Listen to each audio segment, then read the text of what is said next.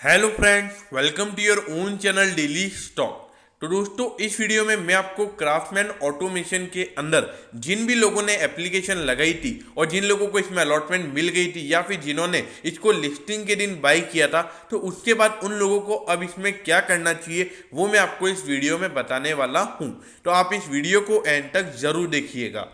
और दोस्तों, अगर आपको रोज इसी तरीके की अपडेट चाहिए तो आप प्लीज़ हमारे चैनल को जरूर सब्सक्राइब कर दीजिएगा, क्योंकि आपको रोज ये सारी अपडेट हमारे चैनल के ऊपर मिलने वाली है। तो चलिए शुरू करते हैं। देखिए, सबसे पहला सवाल आता है कि क्या करना चाहिए क्राफ्टमैन ऑटोमेशन के अंदर, क्या करना चाहिए आपको।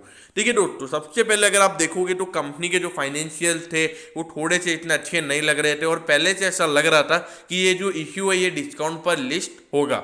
लेकिन देखिए, डिस्काउंट पे लिस्ट होने के बाद ये लगातार बढ़ ही रहा है और जो इसका इश्यू का जो लिस्टिंग प्राइस था, मतलब लगभग ये 1350 के लगभग जो ये लिस्ट हुआ था, उसके बाद से 1350 के ऊपर ही है। अभी तक उसके बाद से ये 1400 के लेवल्स के नीचे नहीं आया है, जो कि एक अच्छी बात है।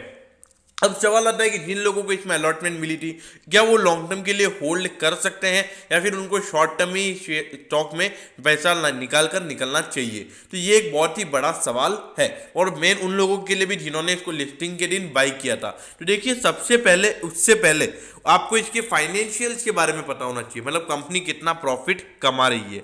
तो ये देखिए, अगर आप रेवेन्यू देखोगे तो 2018 के बाद 19 में कंपनी में एक अच्छा खासा परफॉर्मेंस देखने को मिला था, लेकिन 2020 में अगर आप देखोगे तो 230 करोड़ के लगभग का जो कंपनी का रेवेन्यू है, मतलब जो कंपनी की सेल्स है, वो गिरती हुई नजर आई है, जो कि एक बहुत ही बड़ी सी इश्यू वाली बात है।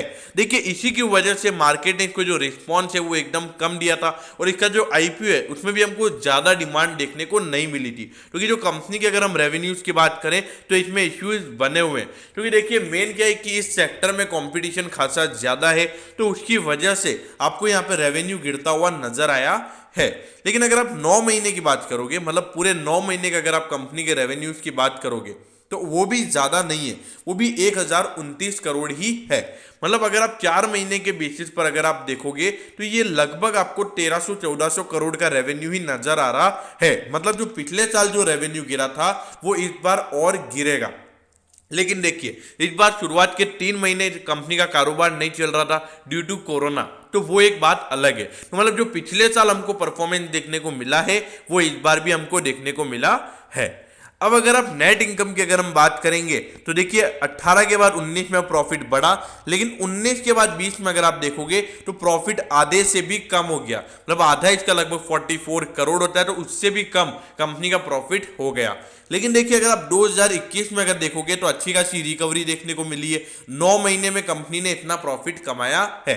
अब देखिए, ये प्रॉफिट कंपनी ने कैसे कमाया, क्योंकि देखिए कंपनी को पता था कि अभी कोरोना चल रहा है, तो कोरोना की वजह से उनकी सेल्स कम होंगी, तो सेल्स कम होने की वजह से उन्होंने अपने खर्चे पहले से कम कर दिए। तो उन्होंने खर्चे कम कर दिए तो प्रॉफिट ज्यादा हो गया। तो देखिए, पिछले साल के मुकाबले आपको यहाँ पे ज्यादा प्रॉफिट देखने को मिल रहा है, तो एक रिकवरी जरूर आपको देखने को मिल रही है। अब देखिए, आपको पता होना चाहिए कि ये ऑटोमोटिव प्रोडक्ट बनाते हैं, तो इसमें क्या होता है कि जो एमएनसी कंपनीज होती है, मतलब जो मल्टीनेशनल कंपनीज होती हैं, वो इनके अंदर बड़ा रोल प्ले करती हैं। तो वो क्या करते हैं कि इन लोगों को ज़्यादा पैसा नहीं कमाने देते और वो अधिकतर शिफ्ट होते हैं। मतलब अभी उन्होंने क्राफ्टमैन ऑटोमेशन से प्रोडक्ट लिया, फिर उसके बाद में वो दूसरी जगह के जाएंगे, फिर उसके बाद में दूसरी जगह जाएंगे, तो उनको क्या होता है कि जो बार्गेनिंग करने का रहता है वो उनको अच्छे से बार्गेन किया जाता है। तो एक थोड़ा सा कॉम्पिटिटिव मार्केट है ये। और उसके अलावा अगर आप देखोगे तो थोड़ा सा अगर हम देखें, जो मुंह मांगे पैसे मिलने चाहिए वो यहाँ पर नहीं मिलते और इनको अच्छा खासा बार्गेन करने के बाद इनको प्रोडक्ट बेचना पड़ता है। वो एक बड़ा सा इश्यू इसके ऊपर बना हुआ है। लेकिन अगर ओवरऑल अगर आप फाइनेंशियल्स को देखोगे तो फाइनेंशियल्स अच्छे हैं। और देखिए, अगर आप अभी जो इश्यू कंपनी का आया है उसके अंदर ऐसा भी बोला है कि वो इससे जो कंपनी की जो लाइबिलिटीज है, मतलब जो उधारी है, वो भी चुकाएंगे। तो देखिए, अगर लाइबिलिटीज यहाँ पर वो चुकाएंगे तो उससे एट दी एंड जो कंपनी का मुनाफा है वो भी आपको बढ़ता हुआ नजर आएगा। तो देखा जाए तो सब पॉजिटिव इंडिकेशन लग रहे हैं, ज्यादा नेगेटिविटी नजर नहीं आ रही है। लेकिन हाँ, FY 2020 कंपनी के लिए बहुत ही चैलेंजिंग था, लेकिन अभी रिकवरी हमको देखने को मिल रही है, तो मेरे ख्याल से थोड़ी सी एक अच्छी बात यहां पर इसके शेयर होल्डर्स के लिए है। अब हम इसको वैल्यूएशन पॉइंट ऑफ व्यू से अगर हम बात करें तो ये देखिए 20.41 का इसका अर्निंग पर शेयर है। तो उसके हिसाब से जो इसका पी रेशियो है वो इश्यू प्राइस के लगभग 72-73 टाइम्स निकल कर आता है। लेकिन देखिए अगर कंपनी का जो प्रॉफिट है वो अराउंड कम से कम अगर कंपनी यहाँ पे 25% प्रॉफिट बढ़ाती है तो जो इसका प्राइस टू अर्निंग रेशियो होगा वो 45 से 50 के लगभग आ जाएगा, जो कि बताएगा कि एक अच्छे वैल्यूएशन पर कंपनी खड़ी है। लेकिन देखिए अगर हम रिटर्न ऑन नेट वर्थ की अगर हम बात करें, मतलब जो कंपनी की जो खुद की कैपिटल है उसके ऊपर कंपनी ने कितना प्रॉफिट कमाया है, तो वो सिर्फ 6.19% है। देखिए मैं लगभग 20% अगर होता है तो मुझे उस कंपनी में मैं बिना देखे उस कंपनी में इन्वेस्ट कर देता हूं। लेकिन देखिए यहाँ पर रिटर्न ऑन नेट वर्थ सिर्फ 6% है, जो कि बता रहा है कि जो कंपनी के प्रॉफिट मार्जिन के परसेंटेज है वो खासे कम है।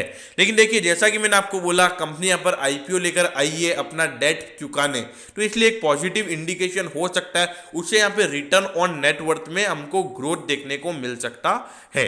लेकिन अगर हम इसके नेट एसेट वैल्यू की बात करें तो इससे मैं बहुत ही बढ़िया इंप्रेस हुआ हूं, क्योंकि देखिए 329 का यहाँ पर इसका नेट एसेट वैल्यू है, मतलब जो बुक वैल्यू है। तो देखा जाए तो अगर इसका हम 5 टाइम्स भी करते हैं तो वो लगभग 1600 रुपए के लगभग निकल कर आता है। तो मतलब इसका जो 4 से 5 के बीच में इसका प्राइस टू बुक रेशियो है, जो कि बता रहा है वैल्यूएशन ठीक ठाक है। बस थोड़ी सी अगर सिर्फ एक इश्यू है कंपनी का प्रॉफिट है, अगर यहाँ पे हमको कंपनी का प्रॉफिट एक अच्छा खासा देखने को मिल जाता है तो कंपनी के अंदर कोई भी इश्यू नहीं है, क्योंकि जो कंपनी का धंधा है वो एकदम हमको यहाँ पे अच्छा नजर आ रहा है। अब देखिए दोस्तों, अगर हम इसको अभी देखेंगे तो अपने इश्यू प्राइस से ऊपर ही आपको ट्रेड होता हुआ नजर आ रहा है। इश्यू प्राइस इसका 1490 है और उससे आपको 4.5 रुपए ऊपर ट्रेड ये होता हुआ नजर आ रहा है। अब देखिए 1350 का लो है और ये इतने पे लगभग लिस्ट हुआ था। लेकिन देखिए 1530 का इसका हाई है, मतलब इसका हाई अगर देखा जाए तो इसमें एक स्ट्रेंथ नजर आ रही है। तो देखिए मेरे ख्याल से अगर मार्केट में पॉजिटिविटी रहती है, मतलब आने वाले समय में अगर मार्केट आपको नॉर्मल देखने को मिलता है, तो मेरे ख्याल से आपको यहाँ पे आराम से 1600 1650 के लेवल देखने को मिल सकते हैं। अब देखिए जिन लोगों को इसमें अलॉटमेंट मिली है उनको क्या करना चाहिए। देखिए मेरे ख्याल से अगर लॉन्ग टर्म पर्सपेक्टिव से आपने इसमें इन्वेस्ट किया है तो मेरे ख्याल से आपके लिए कोई इश्यूज वाली बात नहीं है, क्योंकि कंपनी जिस सेक्टर में काम करती है भले ही वो कॉम्पिटिटिव जरूर है, लेकिन एक बार थोड़ा थोड़ा अगर करके सेटल हो गया धंधा तो मेरे ख्याल से प्रॉफिट मार्जिन के जो परसेंटेज है वो आपको बढ़ते हुए नजर आएंगे। तो लॉन्ग टर्म पर्सपेक्टिव से यहाँ पर होल्ड कर सकते हैं। अब रही बात जिन्होंने सिर्फ शॉर्ट टर्म पर्सपेक्टिव से इसमें अप्लाई किया है, अब देखिए मेरे ख्याल से जो मार्केट के सेंटीमेंट अगर हम देखें तो थोड़े से इतना अच्छे नजर नहीं आ रहे, मतलब 50-50 लग रहा है, मतलब मार्केट बढ़ भी सकता है गिर भी सकता है। एक तरफ बोलने में अभी थोड़े से इश्यूज बने हुए हैं, क्योंकि अगर देखा जाए तो मार्केट अभी लगातार कॉन्सोलिडेट हो रहा है। तो कॉन्सोलिडेशन में क्या है कि एक अच्छा खासा अगर मार्केट में आपको ब्रेकडाउन देखने को मिलता है तो मेरे ख्याल से ये आपको आराम से 1600 1650 के लेवल्स दिखा देगा। लेकिन अगर नहीं मिलते और अगर बाई चांस मार्केट में आपको फिर से करेक्शन देखने को मिल जाता है तो मेरे ख्याल से ये शेयर आपको 1300 रुपए तक जाता हुआ भी नजर आ सकता है। और बाई चांस अगर मार्केट में एक अच्छी खासी गिरावट होती है तो ये आपको 1100 1150 के लेवल्स पे भी जाता हुआ नजर आ सकता है। अब रही बात दोस्तों जिन लोगों को अब इसमें इन्वेस्ट करना है, देखिए जिन लोगों को अब इसमें इन्वेस्ट करना है मेरे ख्याल से अभी ये अपने ऑलमोस्ट इश्यू प्राइस पे आपको भी मिल रहा है। देखिए थोड़ा थोड़ा करके अगर आप लेना चाहे तो ले सकते हैं। लेकिन देखिए अपने पोर्टफोलियो का अगर मैं एलोकेशन की बात करूं, मतलब अगर आपने 1 लाख रुपए डाले हुए तो ज़्यादा से ज़्यादा यहाँ पे 5 से 6 हज़ार रुपये आप डालिए, मतलब पूरे पोर्टफोलियो का 5 से 6% से ज़्यादा का एलोकेशन आपका क्राफ्टमैन ऑटोमेशन में नहीं होना चाहिए। ओके दोस्तों, तो मैं होप करता हूं कि आपको ये छोटा सा वीडियो अच्छा लगा होगा। अगर आपकी कोई भी क्वेरीज हैं तो आप कमेंट सेक्शन में कमेंट कर दीजिएगा, मैं ज़रूर आपके कमेंट पर रिप्लाई करूंगा। तो दोस्तों अगर आपको वीडियो अच्छा लगा हो तो वीडियो को लाइक कर दीजिएगा और रोज़ इसी तरीके की अपडेट्स पाने के लिए चैनल को सब्सक्राइब करना ना भूलें। Okay, thank you, have a nice day.